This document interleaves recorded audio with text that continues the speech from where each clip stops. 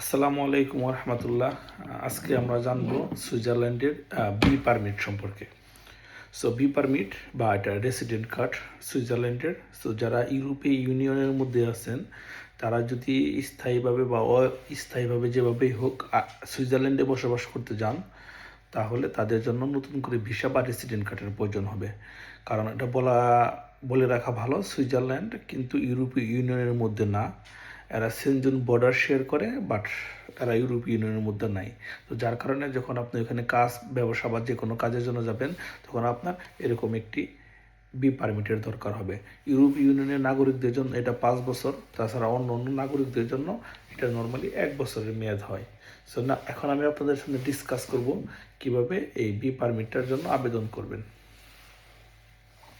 So B পারমিটটা আবেদন করার জন্য মূলত আপনার যেটা দরকার হবে, আপনার স্থায়ী বসবাস করার জন্য শুরুতে আপনার দরকার হবে একটি বাসার অ্যাড্রেস। সো নর্মালি যে বাসায় আপনি বসবাস করেন ওই বাসার অ্যাড্রেসটা কাউন্সিলে রেজিস্ট্রেশন করতে হয়। তো কাউন্সিলে আর সুইজারল্যান্ডের মধ্যে খুব বেশি ইম্পর্টেন্ট দুইটা জিনিস, খুব বেশি কস্টলি। একটা হলো বাসার অ্যাড্রেস আর একটা ইন্স্যুরেন্স। তো শুরুতে আপনি যেদিন থেকে সুইজারল্যান্ডে ল্যান্ড করবেন, তো ওই দিন থেকে আপনার জন্য ইন্স্যুরেন্স করাটা বাধ্যতামূলক। তো নর্মালি ইন্স্যুরেন্সের monthly cost minimum 300 franc. So ইউরোতে 300-র উপরে কিছু আসে। তো ফ্রাঙ্কের রেটটা ইউরোর থেকে বেশি। তো 1 ফ্রাঙ্ক সমান সমান 1 ইউরো, অ্যারাউন্ড 10 সেন্ট। তো আপনারা হিসেব করে নেবেন। তো 300 ফ্রাঙ্কের থেকে কিছু বেশি হয়, 300 থেকে 400 এরকম হয়, কারো 500 হয়, বাট মিনিমাম 300 ফ্রাঙ্ক। তো আর একটা বাসার অ্যাড্রেস ম্যানেজ করতে হয় আপনি যেখানে থাকবেন। তো যদি ব্যাচেলার হন তাহলে নর্মালি একটা বাসার মধ্যে সবাই এক অ্যাড্রেস ব্যবহার করতে পারে না। তো সেক্ষেত্রে আপনার অন্য কোথাও থেকে অ্যাড্রেস যদি আপনার নেন, তাহলে আপনাকে মিনিমাম 300 থেকে 400 ফ্রাঙ্ক পার মান্থ তাকে পে করতে হবে। আর লেটারের জন্য বাই পোস্ট অফিসে, যেটা পোস্ট অফিসে আপনার একটা বক্স নিতে পারেন বা নিতে পারেন, ওই জন্য আপনাকে প্রথম মাসের জন্য 20 ফ্রাঙ্ক, এর পরবর্তী মাসের জন্য 10 ফ্রাঙ্ক করে আপনাকে দিতে হবে।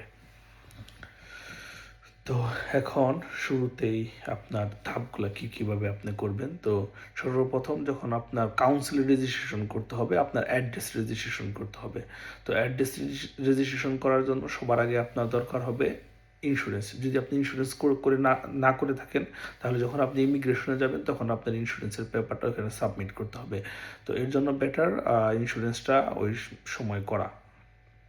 তো আপনার আর এই কাউন্সিল অফিসে যখন যাবেন তখন আপনাকে নিয়ে যেতে হবে আপনার পাসপোর্ট, ভিসা, এবং আপনার শুধু অ্যাড্রেস দিলে হবে না, এখানে আপনার মালিক দ্বারা আপনার রেন্টিং যে কন্ট্রাক্ট আছে এটা প্রপার কন্ট্রাক্ট নিয়ে যেতে হবে। তো আপনার রেন্ট কন্ট্রাক্ট দিতে হবে। এরপরে আপনার পাসপোর্ট সাইজের 1 কপি ছবি এবং আপনার জব কন্ট্রাক্ট। তো আপনার জব কন্ট্রাক্ট না হলে, যে ইউরোপীয় ইউনিয়ন থেকে যারা আছে তারা যাবেন, যাওয়ার পরে কাজ ম্যানেজ হওয়ার পরে তারপরে তারা এটা করতে পারবেন। বাট অন্য অন্য যারা আছে তাদের আগে থেকে জব ম্যানেজ করে তারপরে আসতে হবে। আর ওইখানে আপনার ইমিগ্রেশন সহ সমস্ত ফি ওখানে পে করবেন। এরপরে আপনার আবেদনটি ইমিগ্রেশন অফিসে আপনার কাউন্সিল থেকে পাঠিয়ে দেবে। আপনি নতুন করে আর ইমিগ্রেশনে কোনো অ্যাপ্লাই করতে হবে না।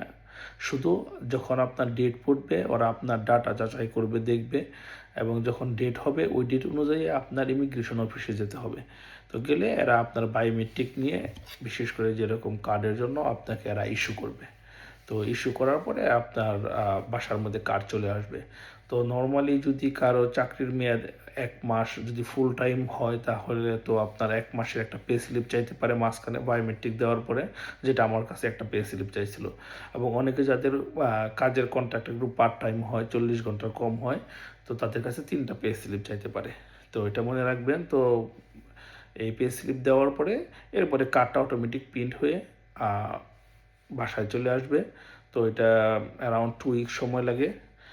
আর যাদের অন্য অন্য দেশে ড্রাইভিং লাইসেন্স আছে তারা সুইজারল্যান্ডে 1 বছর পর্যন্ত ওই ড্রাইভিং লাইসেন্স দিয়ে চালাতে পারবেন। বাট 1 বছরের মধ্যে আপনার ড্রাইভিং লাইসেন্সটি চেঞ্জ করতে হবে। তো পরবর্তীতে যদি কীভাবে ড্রাইভিং লাইসেন্স চেঞ্জ করতে হয় ব্যাপারে যদি জানতে চান, তাহলে অবশ্যই কমেন্টস বক্সে জানাবেন।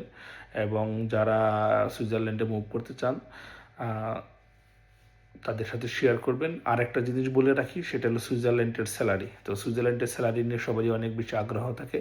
তো সুইজারল্যান্ডের স্যালারিটা হলো, এখানে মান্থলি স্যালারি দেওয়া হয়। তো এখানে যদি কেউ 40 ঘন্টা করে কাজ করে তাহলে তার স্যালারি দেওয়া হয় মিনিমাম 4,200 ফ্রাঙ্ক। তো এর মধ্যে থেকে কিছু ট্যাক্স অন্য যাবতীয় কিছু কাটার পরেও 3,800 টাকা বা 4,000 ফ্রাঙ্কের মতো নর্মালি পাওয়া যায়, টিপস পাওয়া যায় এরকম।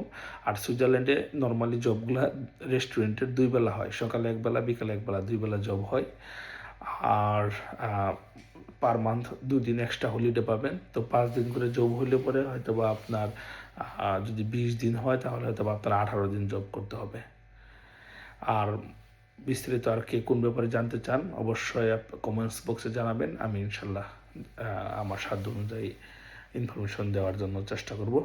ধন্যবাদ। আসসালামু আলাইকুম।